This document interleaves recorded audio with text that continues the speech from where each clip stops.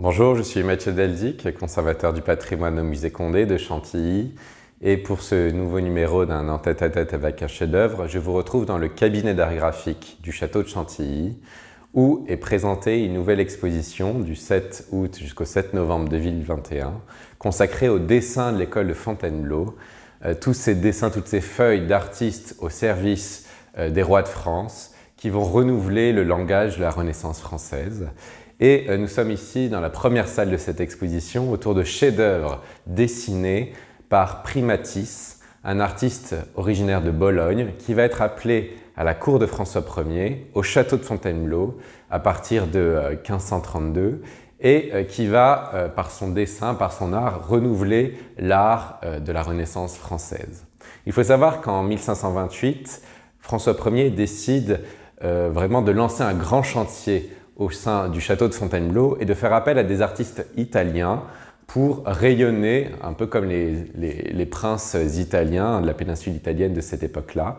Et il va faire appel d'abord à Rosso Fiorentino en 1530, puis en 1532 à Primatis, qui vont inventer un nouveau vocabulaire, un nouveau langage, avec des décors plein d'ornements, des cuirs enroulés, des cartouches, des poutis et des fresques, parce que la fresque va vraiment être portée à son sommet à ce moment-là, des fresques qui vont dérouler des programmes iconographiques extrêmement savants, élaborés, mythologiques principalement, au sein de décors en partie conservés, notamment au château de Fontainebleau.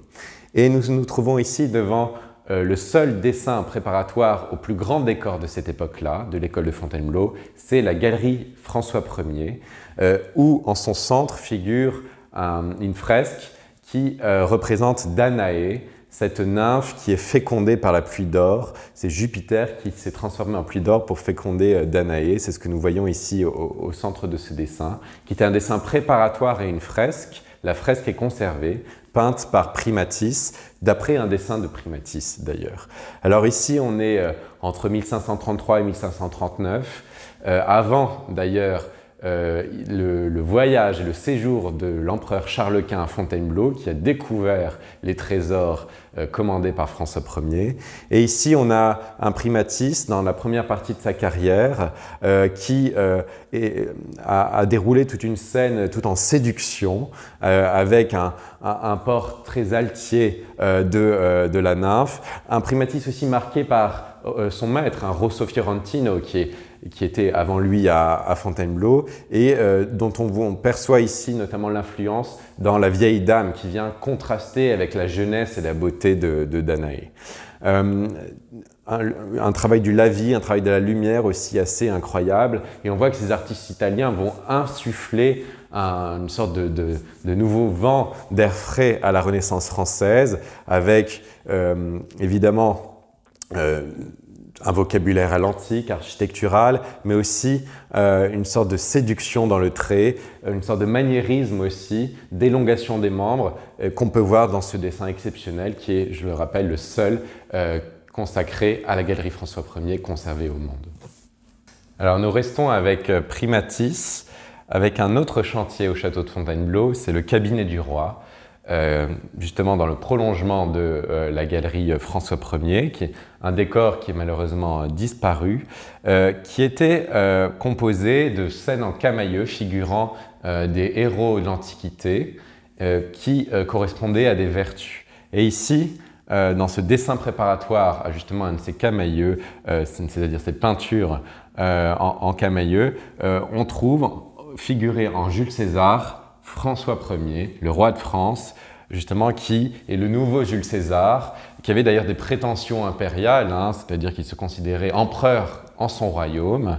Et on le voit ici, justement, avec cette cuirasse antique qui est en train d'appuyer son pied sur un casque, avec une figure d'autorité qui s'inspire, et là c'est tout à fait intéressant, d'œuvres de Raphaël et de Michel-Ange. Il faut savoir que Primatis, l'auteur de ce dessin, après évidemment être parvenu en France, va retourner plusieurs fois en Italie. Il va redécouvrir Rome à de nombreuses reprises, notamment en 1540. Et lorsqu'on voit la position de ce François Ier, on peut penser notamment à des décors de Raphaël au Vatican, dans les soubassements de certaines chambres du Vatican.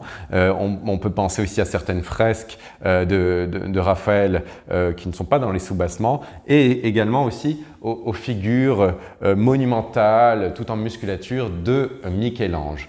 Et c'est ça qui est intéressant dans cette école de Fontainebleau, c'est évidemment le maniérisme italien qui parvient en France, évidemment avec un langage tout à fait particulier et qui s'inspire des grands maîtres de la Renaissance italienne qui vont être connus en France par ce prisme.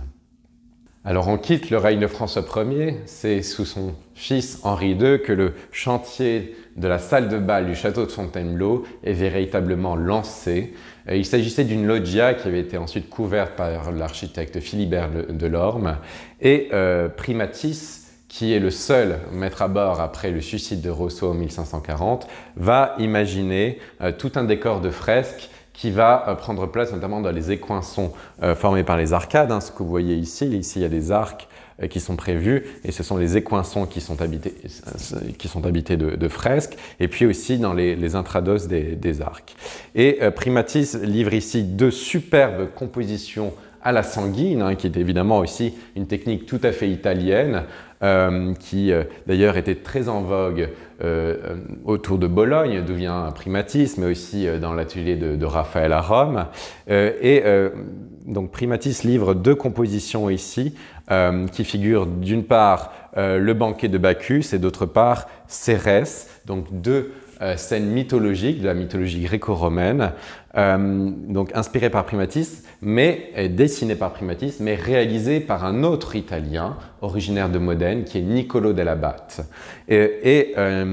Niccolò donc va peindre d'après des modèles de son maître Primatis. Et ce qu'on voit ici, c'est la virtuosité primaticienne, avec des scènes grouillantes de personnages, qui évoquent ici un banquet. On est dans la salle de bal, c'est-à-dire une salle de réjouissance, de festivité, et donc rien de plus naturel que de voir un banquet sur les fresques, comme on pouvait trouver dans la salle elle-même, avec ce que vous pouvez voir, c'est des citations et des inspirations, là encore, de Michel-Ange, de la chapelle Sixtine, avec ce qu'on appelait des ignudi, ces personnages masculins nus qui sont ici vus en raccourci, vus de dos, donc avec des compositions et des positions extrêmement élaborées.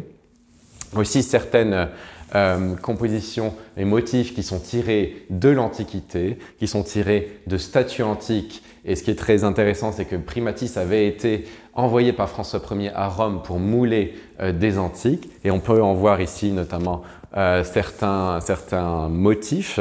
Et puis si on regarde du côté de Cérès, c'est un peu la même histoire avec des compositions extrêmement élaborées. Vous avez des boulangers qui enfournent des pains à l'arrière-plan. En fait, vous avez le vin et le pain. Vous avez Bacchus avec le vin et Cérès avec le pain, c'est-à-dire évidemment l'objet des banquets et des réjouissances. Et ce qui est intéressant, c'est que nous avons aussi là des citations de Michel-Ange. Donc c'est véritablement par ces artistes italiens, notamment Primatis, que la leçon des grands maîtres romains va être comprise, intégrée, digérée en France. Et c'est le cas notamment de cette moissonneuse au premier plan, qui dérive d'un dessin de Michel-Ange qui avait d'ailleurs été envoyé par Michel-Ange en 1531 à la cour de France. C'est grâce au dessin d'ailleurs principalement que les motifs, que les compositions sont connus d'un pays à l'autre, d'un foyer artistique à l'autre. Puis juste au-dessus, on a une autre citation, cette fois-ci d'un antique. Donc on a les grands maîtres de la Renaissance, les antiques,